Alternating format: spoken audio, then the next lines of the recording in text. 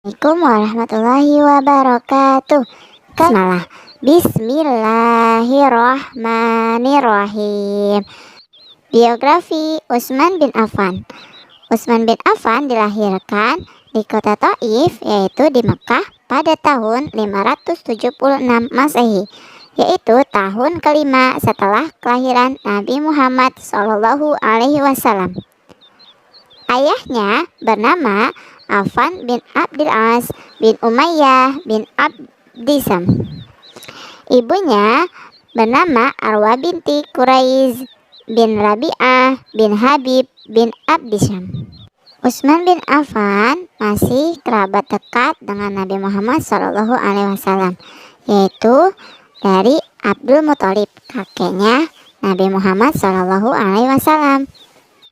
Utsman bin Affan masuk Islam setelah berdiskusi dengan Abu Bakar As-Siddiq pada tahun 611 Masehi.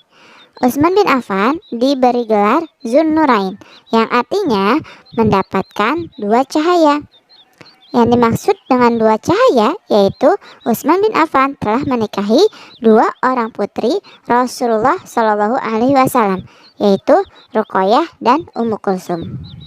Utsman bin Affan diangkat menjadi khalifah ketiga, yaitu menggantikan Khalifah Umar bin Khattab pada hari Senin akhir bulan Zulhijjah tahun 23 Hijriah atau 644 Masehi. Utsman bin Affan merupakan Khulafaur Rasyidin dengan masa kekuasaan yang paling terlama, yaitu dari tahun 644 Masehi sampai dengan 656 Masehi, dan diangkat pada usianya yang ke-70 tahun. Langkah-langkah perluasan dakwah Islam Utsman bin Affan. Khalifah Utsman bin Affan memerintah selama kurang lebih 12 tahun. Usaha-usaha yang dilakukan Utsman bin Affan antara lain, yang pertama, perluasan dakwah Islam ke Armenia. Khalifah Utsman bin Affan mengirim para pemuka muslim yang dipimpin oleh Salman Rabi'ah al-Bahili. Ia berhasil mengajak kerjasama secara damai dengan penduduk Armenia, sehingga pemimpin negeri dan penduduk Armenia memeluk Islam. Yang kedua yaitu perluasan wilayah ke Tunisia, Afrika. Utsman bin Affan mengutus para pendakwah Islam yang dipimpin oleh Abdullah bin Sa'ad untuk berdakwah ke negeri Tunisia di Afrika Utara yang berada dalam kekuasaan penjajahan Romawi, sehingga berhasil mengislamkan penduduk Tunisia dan membebaskan masyarakatnya dari penjajahan. Kebijakan Khalifah Utsman bin Affan dalam bidang pemerintahan. Khalifah Utsman bin Affan banyak mengangkat kerabatnya sebagai pejabat tinggi dan penguasa negara. Di antaranya, yang pertama yaitu ada Abdullah bin Sa'ad bin Abi Sarah, saudara sesusunan Utsman bin Affan, sebagai gubernur Mesir menggantikan Amru bin As.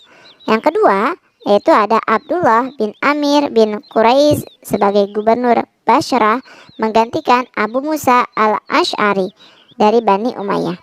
Yang ketiga yaitu Walid bin Uqbah bin Abi Mu'izz, saudara sesusunan Utsman bin Affan, sebagai gubernur Kufah menggantikan Sa'ad bin Abi Waqqas. Yang keempat yaitu ada Marwan bin Hakam, keluarga Utsman bin Affan, sebagai sekretaris Khalifah Utsman bin Affan. Jasa-jasa Utsman bin Affan. Kemajuan Islam yang dicapai pada masa pemerintahan Utsman antara lain, yang pertama, membukukan Al-Quran. Usaha pengumpulan ayat-ayat Al-Quran sudah dimulai sejak Khalifah Abu Bakar As-Siddiq. Pada tahun 26 Hijriah, Utsman lebih memusatkan perhatiannya kepada usaha penulisan Al-Quran itu, sehingga beliau juga menunjuk Zaid bin Thabit sebagai ketuanya. Yang kedua yaitu membangun kembali Masjid Nabawi. Masjid Nabawi adalah sebuah masjid yang dibangun pada zaman Rasulullah SAW. Masjid ini terletak di tengah kota Madinah.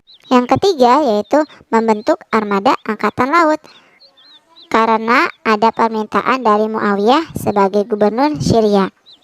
Hal itu dilakukannya karena di pesisir daerah Syria, Muawiyah harus menghadapi serangan-serangan angkatan laut Romawi. Jadi Khalifah Utsman bin Affan membentuk armada angkatan laut untuk di pesisir Syria.